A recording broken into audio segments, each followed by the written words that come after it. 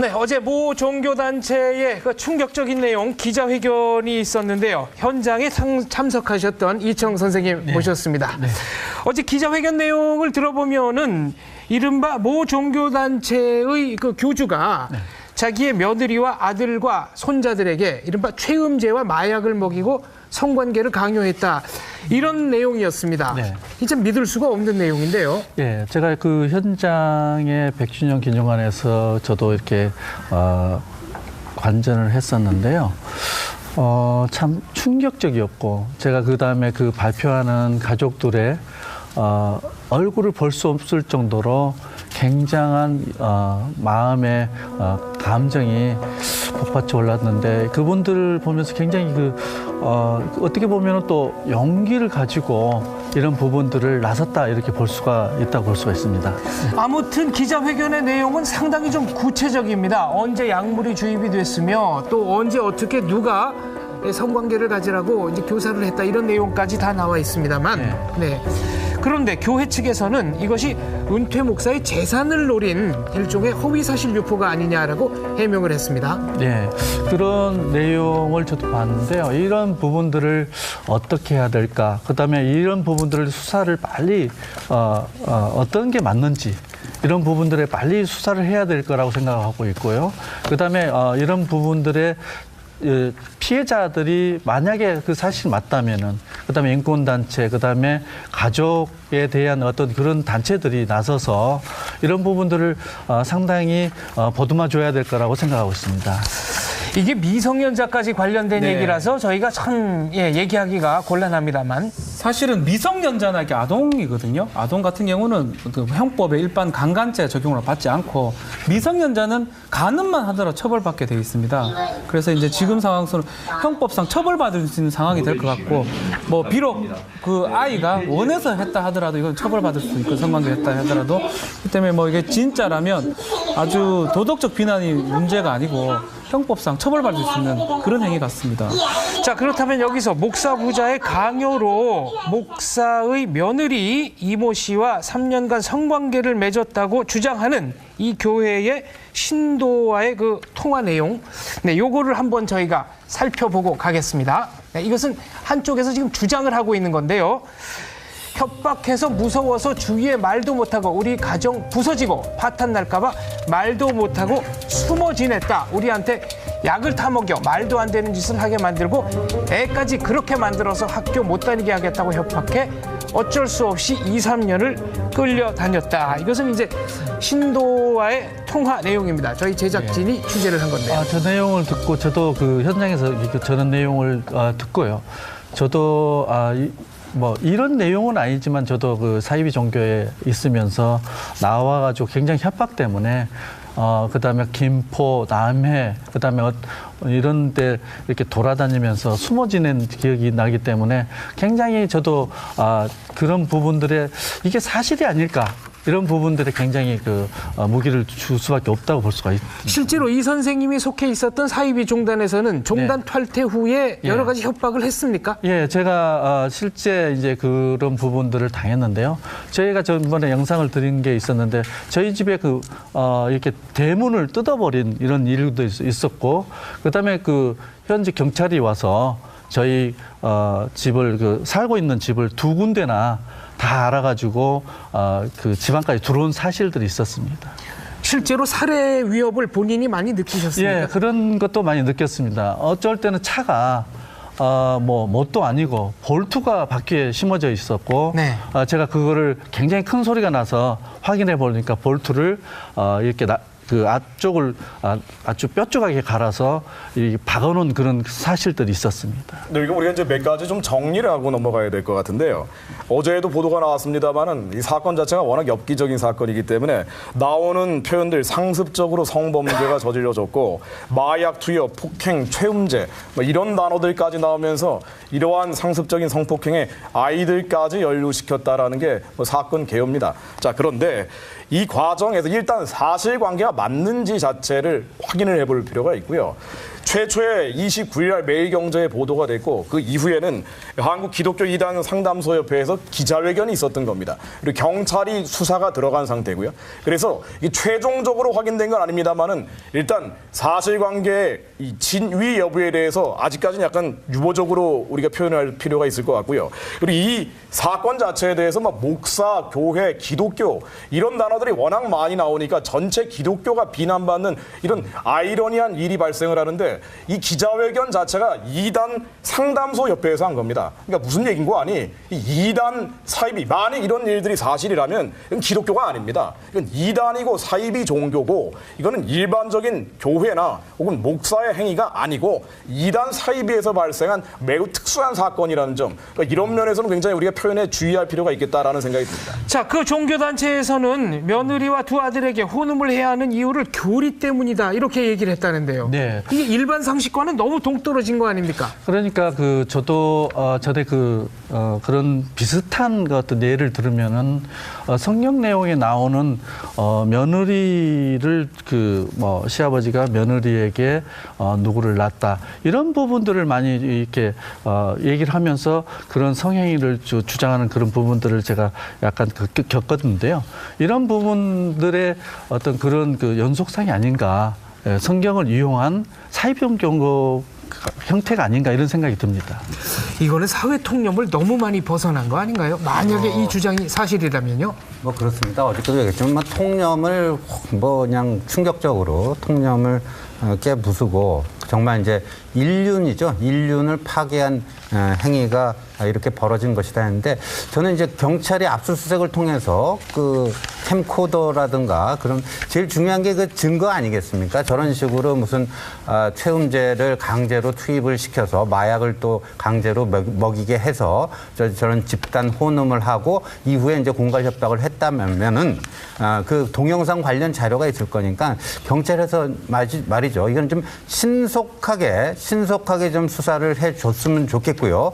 이로 인해서 정말 이제까지 정말 종교로서의 본연의 사명을 제대로 수행을 해온 기독교가 이 일로 인해서 무슨 목사라고 나오니까 기독교 전체가 지금 어떻게 무슨 매도가 되는 듯한 예, 느낌이 있습니다. 근데 그런 거를 차단시키기 위해서라도 빨리 좀 과학 수사, 신속 수사를 해줬으면 하는 바람입니다. 어제 기자회견 내용이 사실이라면 이거는 사적 자치 원리하고는 완전히 관련이 없는 거죠. 예, 뭐 지금 그게 맞다면 지금 교회 종교의 문제가 아닌 것 같아요.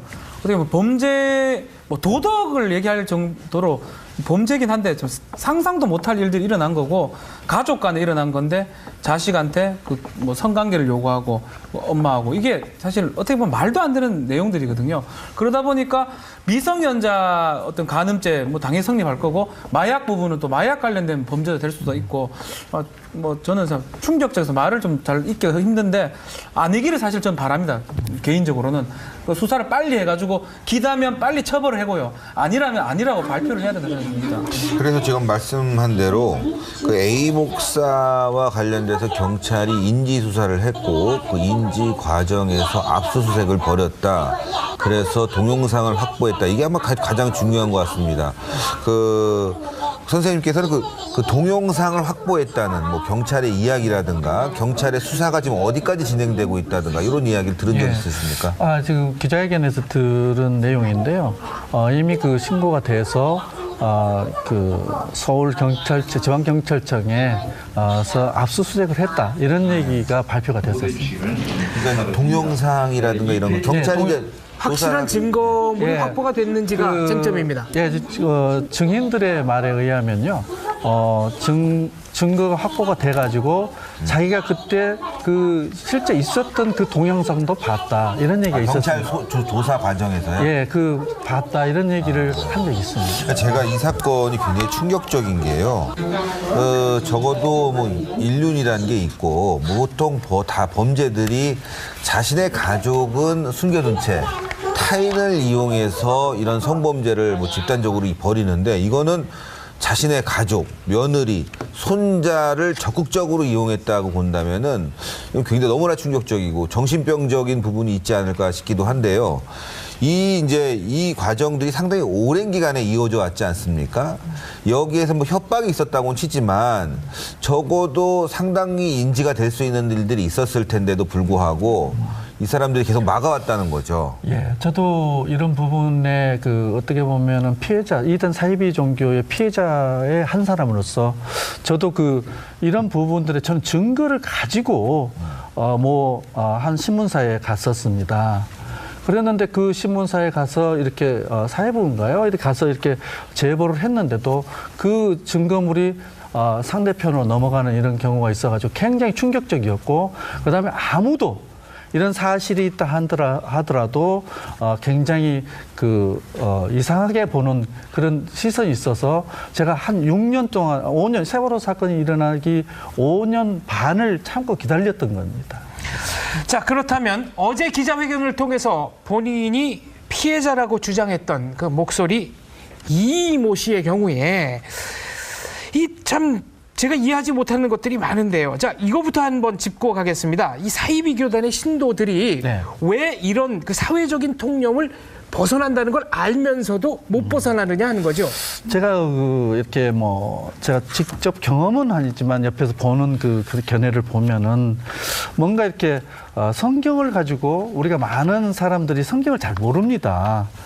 그렇기 때문에 성경을 가지고 이렇게 주장하는 설교자들을 굉장히 굉장히 신적인 존재로 하다 보니까, 그러다 보니까 그 사람이 나중에 어떠한 말을 해도 믿게 되는 그런 마음의 심리를 이용하지 않나, 이런 생각이 듭니다. 그렇다면 판단력이 마비가 된다는 말씀이십니까? 그렇죠. 예, 저도 그런 거에서 박차고 나왔어요. 네. 저도 어떤 이런 부분에 대해서 교주에게 이게 뭐 하는 짓이냐 강력하게 주장하고 제가 돌아선 기억이 나는데요.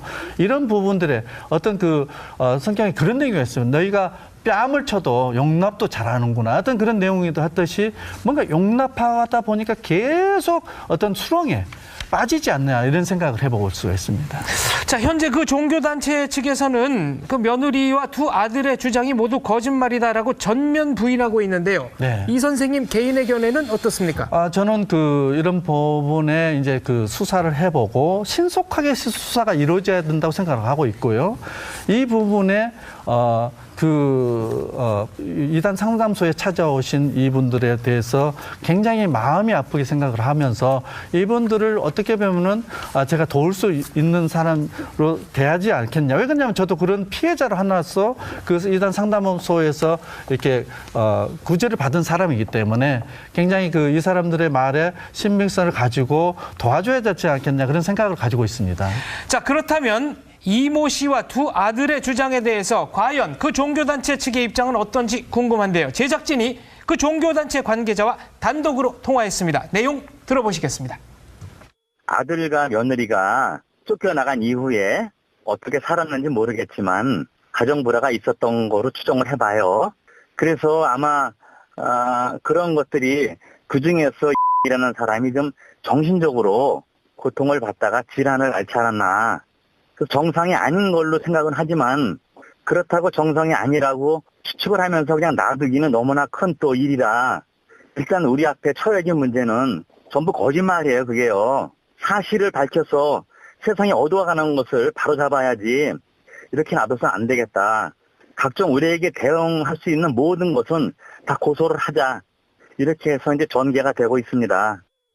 제가 저 인터뷰를 보면서 하나 드는 게, 또 여러 가지 이제 보도 자료를 보면서 얘기가 드는 게, 일단은 이 내용 과정에서 보통의 범죄 행위라든가 이런 것들은 타인에게 아까 말씀하셨다시피 이용을 해서 금전을 착취하고 자신의 어떤 성적 욕구를 채우는 거 아니겠습니까? 근데 며느리라든가 손자에게까지 이런 일을 시켰다는 건 금전을 착취할 이유도 별로 없었을 것이고. 혈육인데요. 또 그렇죠. 그다음에 혈육이기 때문에 상당히 부담스러운 부분도 있었을 텐데도 불구하고 이렇게 이제 일이 벌어졌다는 것이죠. 그래서 저는 이것이 경찰이 얼마만큼 정보를 가지고 지금 수사에 임했는지 지금 언제부터 수사가 시작되고 있죠 지금? 된 네. 얘기라서 저희가 참 얘기하기가 곤란합니다만 사실은 미성년자나 이게 아동이거든요. 아동 같은 경우는 그 형법에 일반 강간죄 적용을 받지 않고 미성년자는 간음만 하더라도 처벌받게 되어 있습니다.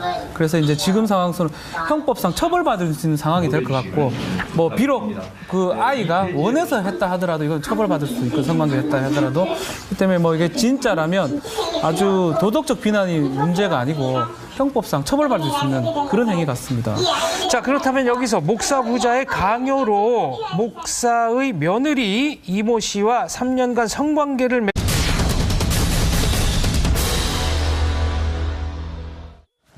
네, 어제 모 종교단체의 그 충격적인 내용 기자회견이 있었는데요. 현장에 참석하셨던 이청 선생님 모셨습니다.